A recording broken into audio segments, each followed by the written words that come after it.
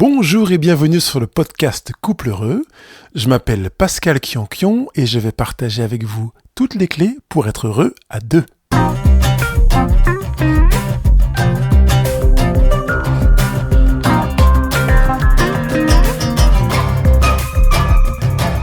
Arrêtons-nous aujourd'hui sur la loi de l'équilibre amoureux. Je dis bien la loi.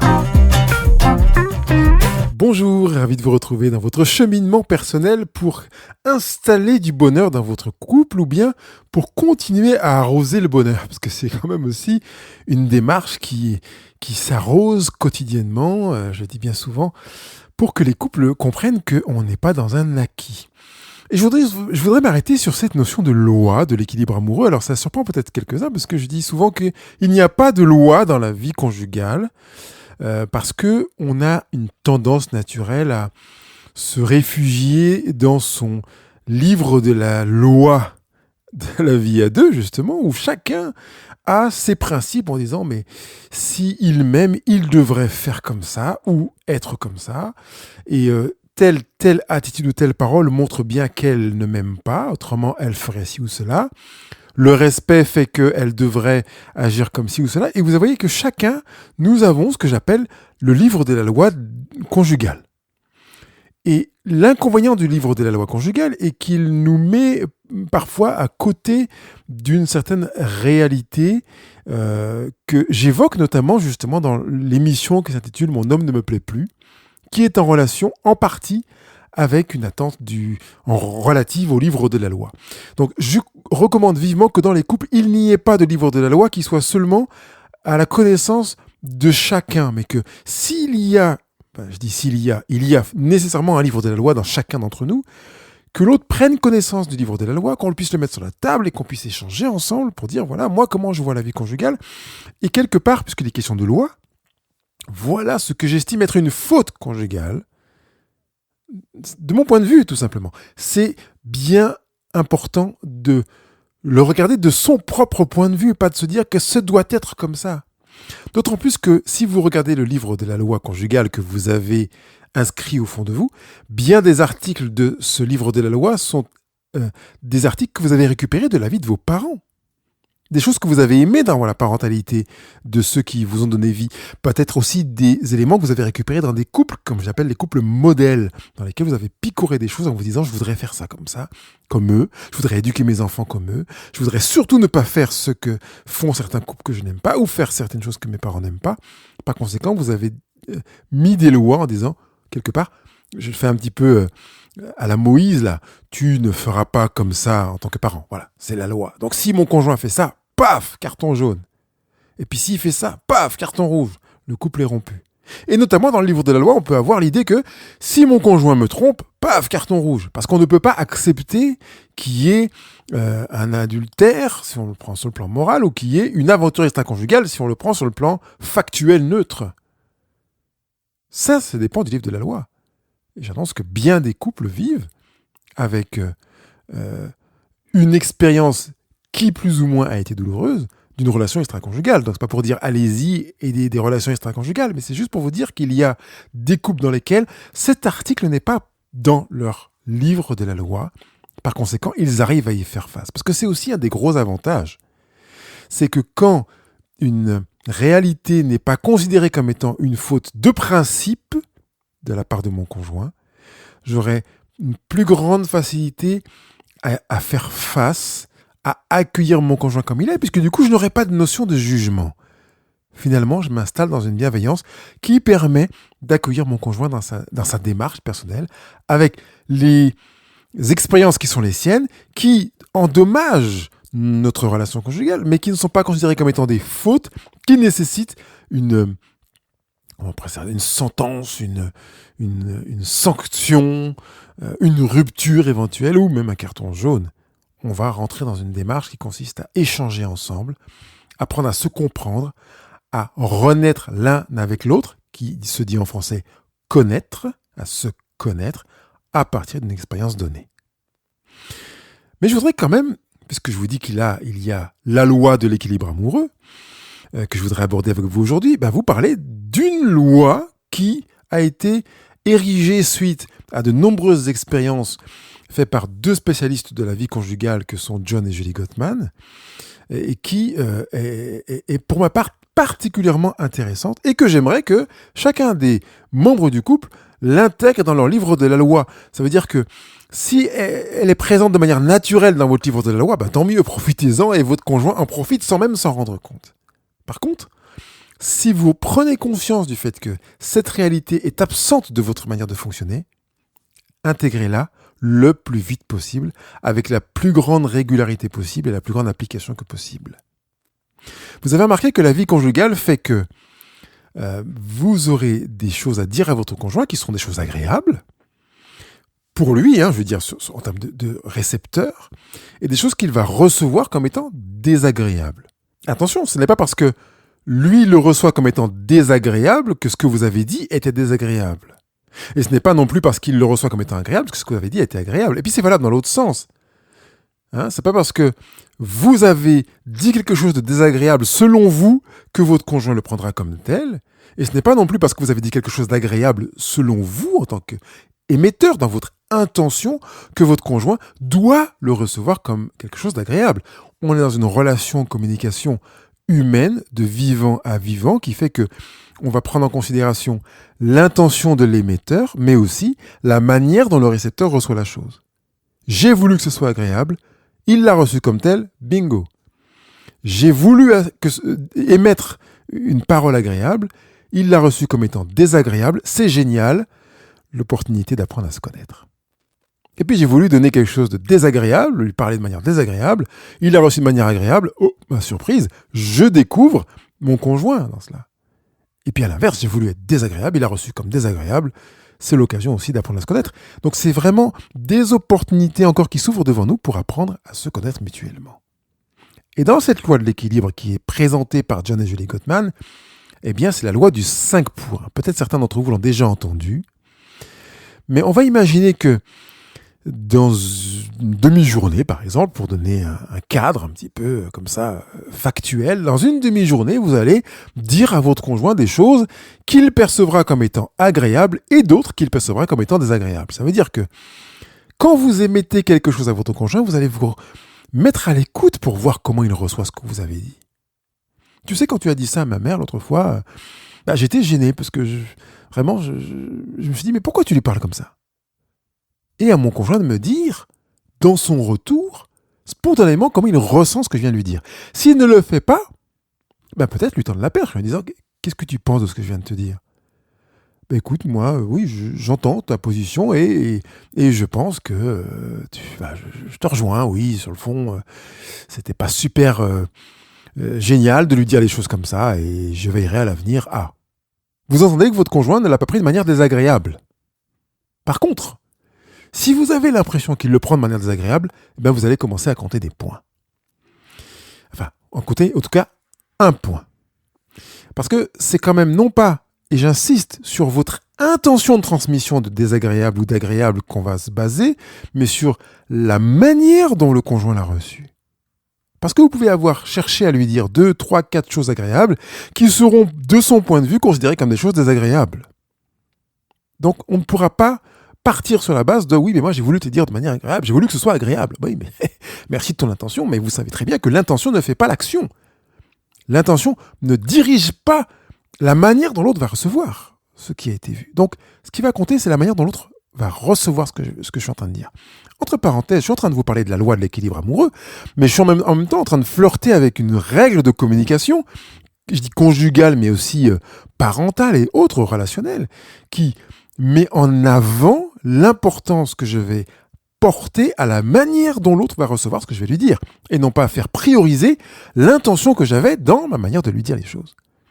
Parce que il peut y avoir un décalage, comme je l'ai évoqué tout à l'heure. Donc je ferme la parenthèse, pour revenir sur cette loi de l'équilibre du 5 pour 1. À supposer que donc j'ai pris une demi-journée. Dans cette demi-journée, si j'ai 5 points considérés comme étant agréables par mon conjoint et un point considéré comme étant désagréable par mon conjoint, l'équilibre de la vie amoureuse est maintenu. Ça signifie que mon conjoint va continuer à considérer que avec les 5 points qu'il a reçus comme étant agréables, et malgré tout, le point qu'il a reçu comme étant désagréable, il est aimé, il est accepté, il est dans une ambiance dans laquelle la vie à deux peut se poursuivre avec une ambiance qui est agréable, riche de tendresse, d'attention mutuelle et d'amour. Par contre, si on sort de cet équilibre 5 pour 1, eh bien on va rompre cette impression d'être aimé, d'être un être à part, d'être un être que l'on veut valoriser et qui compte aux yeux de son conjoint. Bien des conjoints font l'erreur de penser que c'est du 50-50. Attends, je lui dis 2 choses désagréables et 2 choses agréables, et il n'est pas content alors que j'ai dit des choses agréables. Oui, parce qu'en fait, la loi que Julie et John Gottman mettent en évidence n'est pas une loi de 50-50. On est sur du 5 pour 1. On est sur du 20%, pas du 50%. Ce qui signifie que si vous avez l'impression que votre conjoint dépérit, que les feuilles de votre arbre amoureux commencent à faner, vous pouvez commencer par vous dire « Aïe, où en suis-je dans cette loi de l'équilibre amoureux du 5 pour 1 ? Est-ce que j'ai tendance à donner davantage d'éléments à mon conjoint ? Ou bien, peut-être même pas davantage, mais est-ce que j'ai tendance à considérer que l'équilibre du 50-50 est suffisant et que donc si je dis 5 choses que mon conjoint considère comme agréables et que je lui donne 5 choses que mon conjoint considère comme désagréables, il devrait être heureux de se dire finalement je lui dis quand même 5 choses positives. Si vous en êtes là, vous savez que vous êtes dans une voie erronée. Et même si vous êtes dans un déséquilibre qui consiste à dire j'en ai 2 pour 5. Non, vous êtes dans une voie erronée. Vous savez que votre conjoint aura l'impression d'être davantage critiqué et qu'une des voies naturelles de la plupart des conjoints que je rencontre et qui s'expriment et qui ont l'impression d'être critiqués, ils ont une libido en baisse, ils ont un esprit de déprime qui augmente avec une envie de faire moins de choses à la maison, une envie de passer moins de temps avec leur conjoint et d'être en baisse de communion. Quelque part, je suis en train de vous dire, si vous voulez retrouver de la communion, avoir votre conjoint qui a envie de passer davantage de temps avec vous, davantage envie de se confier à vous, envie de passer des moments de qualité avec vous, envie de davantage de tendresse, et vous avez une loi qui est la loi de l'équilibre amoureux, qui est la loi du 5 pour 1. 5 points perçus comme étant positifs par votre conjoint, pour 1 point perçu comme étant négatif. Alors j'entends ceux qui d'entre vous se disent « Oui, mais Pascal, non, ne levez pas le doigt tous en même temps. » Je vais vous dire ce que vous avez à l'esprit. Ouais, mais si mon conjoint, quand même, il en fait des vertes et des pas mûres et qu'on est largement au-dessus de la capacité de trouver, de retenir tout ce qu'il fait qu'on considère comme étant négatif, on va dépasser largement le 1 point négatif. Parce qu'il y a des conjoints qui enchaînent les boulettes quand même. Si je reprends le cadre de ma demi-journée, ils en ont fait 3, 4, 5 qui sont pénibles, gonflants et qui font qu'on a besoin de leur dire arrête quoi, t'es pénible quand tu fais ça, quand tu dis ça, et t'aurais pu penser à faire ça, et t'as encore oublié ceci et cela, et finalement, on est presque dans un 5 pour 1 inversé, où on a 5 points négatifs à dire à notre conjoint, 5 choses qu'il va considérer comme étant désagréables parce qu'elles le sont d'après nous, et peut-être éventuellement une chose ou aucune à dire d'agréable. Et j'entends même des conjoints qui disent, mais franchement, si je dois trouver 5 choses agréables à dire sur ce que mon conjoint a fait ou a été dans la demi-journée, mais je ne trouverai jamais. Comment voulez-vous que je fasse ? Ma question est quand même la suivante. Depuis quand trouvez-vous si difficile que ça de trouver 5 choses que votre conjoint fait dans une demi-journée ou dans une journée qui sont agréables ? Ça fait combien de temps ? Si vous vous rendez compte que vous êtes dans cette situation, c'est génial de prendre conscience de ça pour vous dire il y a quelque chose qui coince depuis un moment et essayez d'identifier le moment où vous avez commencé à vous rendre compte que la balance avait basculé vers une telle incapacité à trouver des choses positives de votre conjoint, mais avec une telle aisance à lui trouver des choses négatives. Quand vous avez identifié cela, vous pouvez peut-être aller faire un petit retour en arrière, repasser le film, vous retrouver ensemble pour vous dire « Je vois qu'il y a un temps de bascule qui s'est fait ici. Je ne sais pas comment le comprendre, je ne sais pas comment l'identifier, comment le qualifier. Est-ce que tu perçois la même chose que moi ?» Même si votre conjoint ne perçoit pas la même chose que vous, partagez, exprimez autour d'une table, autour d'un thé, que sais-je, dans un resto ou autre, pour exprimer la perception de cette bascule que vous avez perçue. Parce que je ne connais pas de couple qui, en essence de vie amoureuse, se trouve à se dire « Mais comment je vais faire pour trouver 5 choses géniales qu'a faites mon partenaire dans la journée ?» En général, il y en a tellement et tellement. Et certains disent « Oui, mais en fait, l'amour rend aveugle et puis le mariage nous rend la vue. » Non, je ne suis pas du tout d'accord avec ça. D'une part, l'amour ne rend pas aveugle, c'est le sentiment amoureux qui a tendance à rendre aveugle. Et puis, le mariage rend la vue, ça veut dire plutôt que le mariage a mal été utilisé, et je sors du contexte du mariage pour dire la vie à deux a mal été utilisée au point qu'on a oublié d'apprendre à regarder ce qui était génial sur notre conjoint, qu'on est passé à côté de l'importance de la gratitude. Je vous renvoie vers une émission qui s'intitule La tendresse a besoin de la gratitude. On a perdu certaines aptitudes à regarder des choses parce que on a été dans le métro boulot dodo avec la tête dans le guidon en oubliant que la vie amoureuse a besoin de gratitude, de reconnaissance. Et si on a compris la nécessité de la gratitude, on va apprendre à nourrir le regard qui consiste à regarder ce que l'autre a fait qui est génial pour nous, pour lui donner au moins par jour 5 paroles qu'il considérera comme étant agréables. Je vais vous proposer un exercice qui n'est pas très facile et qui est justement à destination des personnes qui ont une vraie difficulté parce qu'il leur est très difficile de trouver ne serait-ce qu'un point positif dans une journée à leur conjoint. Commencez par vous contraindre, c'est très rare que je propose ça, mais c'est vous contraindre vous-même. Vous ne pouvez jamais contraindre votre conjoint, ne le faites jamais, c'est un piège de la vie conjugale. Mais vous contraindre vous pouvez le faire. Commencez par vous contraindre vous-même à vivre 15 jours, donc 2 semaines, en ne formulant aucune parole que votre conjoint considérera comme étant négative. Je sais, c'est difficile. Aucune remarque, aucune critique, rien. Aucun conseil pour dire « mais ça ne se ferait pas comme ça, tu devrais le faire comme ça. Et pourquoi tu as fait ça comme ça ?» 15 jours. 15 jours. C'est comme si finalement c'était une trêve. Et j'utilise le terme trêve en ayant à l'esprit la notion de guerre, de conflit.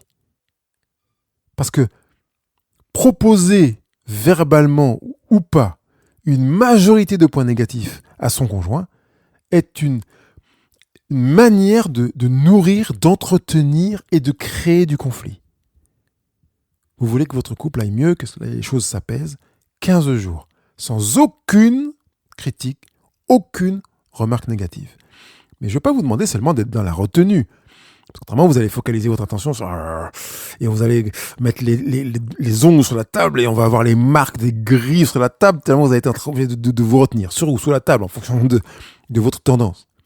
Je voudrais que par contre, vous fassiez la même chose pendant 15 jours, à l'inverse, c'est-à-dire de noter au moins 5 choses par jour que vous trouvez géniales, c'est votre conjoint. Et d'en verbaliser au moins une par jour. Quand je dis au moins une, j'aimerais que vous alliez au moins à 3. C'est vrai que vous alliez à 3. Je dis au moins, voilà. Vous en repérez au moins 5, vous en donnez 3. Aucune remarque négative, aucune critique, aucune injonction. La tendresse a horreur de l'injonction. Allez écouter également cette émission. Pendant 15 jours, aucune critique, aucune remarque, aucune injonction. Par contre, chaque jour, notez sur un carnet 5 choses que vous aimez chez votre conjoint, 5 choses qu'il fait, qu'il ou elle est et que vous trouvez génial, et vous en verbalisez 2 à 3 par jour. Et qu'est-ce que vous faites des autres ? Eh bien, vous les garderez pour avoir un stock de choses que vous aimez chez votre conjoint. Parce qu'il y a des moments où vous aurez de la difficulté à en trouver vu que vous avez perdu l'habitude de les regarder. Par conséquent, quand vous aurez des jours dans lesquels vous avez de la difficulté à en trouver, allez regarder les 2 en rab que vous avez notés quand vous avez noté pendant les 5 pendant 15 jours pour avoir de quoi formuler des choses. Tu te souviens quand tu es venu tel jour à telle heure et que tu m'as dit ça ? Bien, j'ai trouvé qu'il y avait beaucoup de tendresse et j'ai beaucoup apprécié, je te remercie. Que vous ayez la capacité d'avoir du stock L'amour ne se stocke pas. Je l'ai déjà dit, je le répète et je le répéterai. Par contre, les sujets de gratitude peuvent se stocker. Notez-les. Et si vous avez pris la bonne idée d'avoir un carnet quelque part, notez de manière régulière, et là non plus pendant 15 jours, mais pourquoi pas pendant une bonne année, ce que vous aimez chez votre conjoint. J'en ai déjà parlé dans une émission. Notez dans un carnet ce que vous trouvez génial chez votre conjoint, ce qu'il fait que vous trouvez super, ce qu'il est que vous trouvez vraiment tendre, beau, noble, les envies d'admiration, les qualités qu'il ou qu'elle ou elle a. Allez récupérer ce que vous avez aimé dans votre début pour aller voir à quel point ces éléments sont encore présents. S'ils ne sont pas présents, posez-vous certaines questions, je ne m'arrêterai pas là-dessus maintenant. Mais prenez le temps de regarder, de régler votre objectif pour mettre de la macro sur les éléments que votre conjoint a, est et fait et qui sont géniaux. Je vous souhaite de beaux moments en couple avec cette loi de l'équilibre amoureux. À bientôt. Si vous avez des questions, des difficultés, des remarques, des objections sur ce que je viens de partager avec vous, vous pouvez aller sur le blog coupleheureux.com, vous allez sur l'émission du jour et tout en bas, vous pourrez laisser un commentaire, poser des questions, faire vos remarques. Quand vous n'êtes pas d'accord, s'il vous plaît, donnez votre argumentation, déjà votre point de vue, de manière à ce que je puisse bien comprendre votre objection.